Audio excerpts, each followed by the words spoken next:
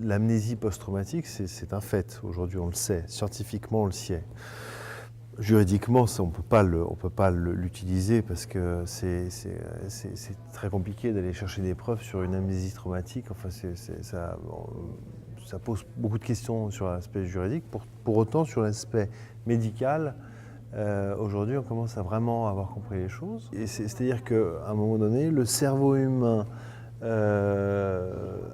quand il a une information qui est tellement violente et tellement inacceptable pour lui, il scratche l'information. Donc c'est l'amnésie traumatique qui fait que parfois pendant des années la personne ne va pas s'en rappeler, donc du coup elle n'a pas de raison d'en parler.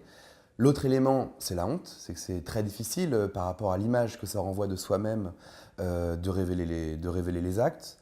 D'autres éléments encore, ça peut être aussi parfois le fait qu'on connaisse l'agresseur par exemple, quand c'est dans le cadre familial, et il y a tous les éléments de crainte de répercussions qu'il puisse y avoir par la suite. Donc il y a des tas de facteurs qui peuvent expliquer qu'on n'en parle pas tout de suite. Le psy doit chercher à comprendre s'il est bien en face d'un stress post-traumatique.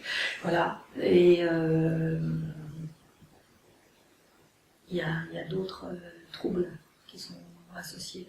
Parce que ça atteint la vie sentimentale, émotionnelle, les capacités d'apprentissage, la perte chez les enfants, c'est la perte du jeu. Il y a vraiment une attaque de l'énergie vitale. Quand un enfant vit une violence sexuelle, sa première découverte de la sexualité passe par une violence.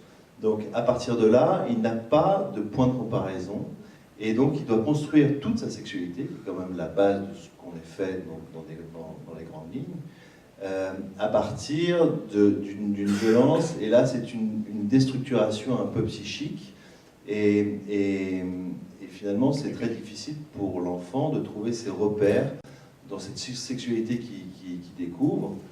Les victimes sont sacrificiellement attachées à leur environnement familial et ne veulent pas perturber, persuadées d'être détenteurs d'une bombe. Voilà. Et en règle générale, quand elles commencent à parler, elles sont victimes d'exil dans leur propre famille.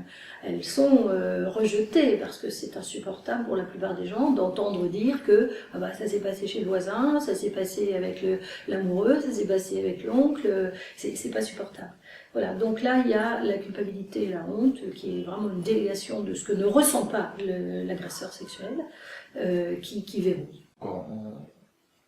On s'est séparés peu de temps après ces événements-là. Et dans cette procédure, j'en ai discuté à mon avocat, de dire est-ce que je porte plainte pour viol. C'était pas très vieux, ça avait 1 an.